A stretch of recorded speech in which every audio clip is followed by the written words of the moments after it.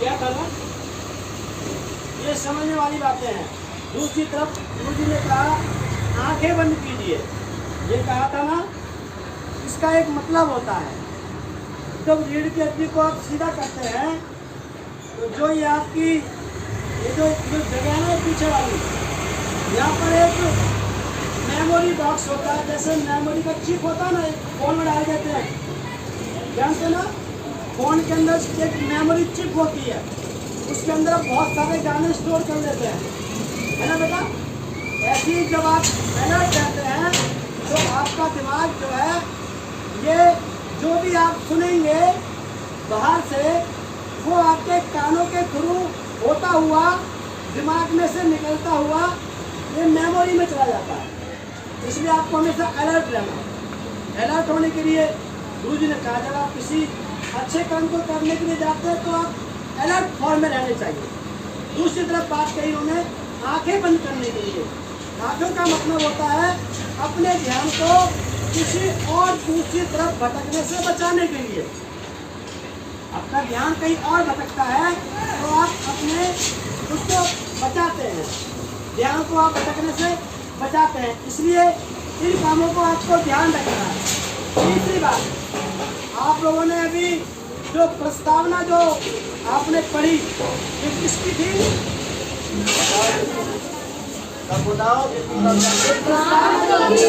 जो आपने प्रस्तावना पढ़ी ये किसकी थी? संविधान की थी।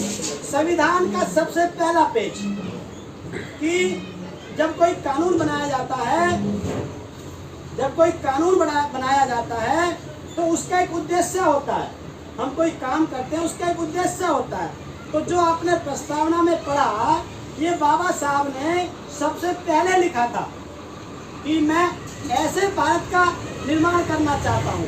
एक आपने बात पढ़ी कि बुद्धं शरणं गच्छामि, धम्मं शरणं गच्छामि, संघं शरणं गच्छामि। आपने अभी बच्चों ने कहा, जो वंदना करी आपने, इसका मतलब बुद्धं शरणं गच्छामि का मतलब क्या होता है? बुद्धं शरणं गच्छामि का मतलब, हालांकि आपको गुरुजनों ने बताया होगा, लेकिन बुद्धं शरणं गच्छामि का मतलब भगवान के अंडर में जाना नहीं होता, ज्ञान की शरण में। हमें क्या बनना है? ज्ञानवान बनना है, ज्ञानवान बनना है। क्यों? इस दुनिया में सबसे शक्तिशाली चीज कोई होती है तो वो बुद्धि होती है। इस दुनिया में सबसे शक्तिशाली चीज कोई पूछे कि सबसे ताकतवर चीज इस दुनिया की कौन सी चीज है, तो वो क्या है? बुद्धि।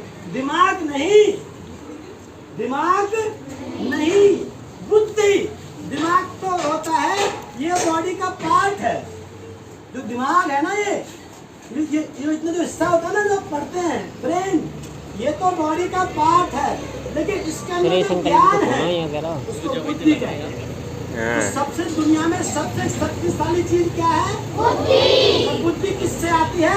पढ़ने लिखने से, अच्छे लोगों के साथ बैठने से, अच्छे अपने यार मित्र अच्छे बनाने से, गलत बच्चों से बचने से। तो हमको बुद्धिमान बनना है। दूसरी बात, इस दुनिया में सबसे ऐसी कौन सी चीज है, कोई पूछ सकता है आपको कि इस दुनिया में ऐसी कौन सी चीज है जो सबके पास बराबर है? नहीं। जो मेरे पास ज्ञान है वो आपके पास नहीं है। क्यों बेटे? नहीं है। सबके पास बराबर कोई चीज है तो वो होता है समय। आपके पास भी 24 घंटे हैं, मेरे पास भी 24 घंटे हैं, नहीं? तो जो बराबर चीज है वो समय है। तो जो बच्चा अपने समय का सदुपयोग करेगा वो व्यक्ति बुद्धिमान बन जाएगा, और जिसके पास बुद्धि हो जाएगी वो पूरी दुनिया को जीत सकता है, जैसे बाबा साहब ने जीता अपनी कलम के दम पर। इसलिए सभी बच्चों को बुद्धिमान बनना है। यहाँ से आप बुद्धिमान बनने का जो आपका कार्यक्रम है, बहुत एप्रिशिएटिव कार्यक्रम गुरुजी ने इधर चलाया हुआ है, पूरी आपकी टीम ने।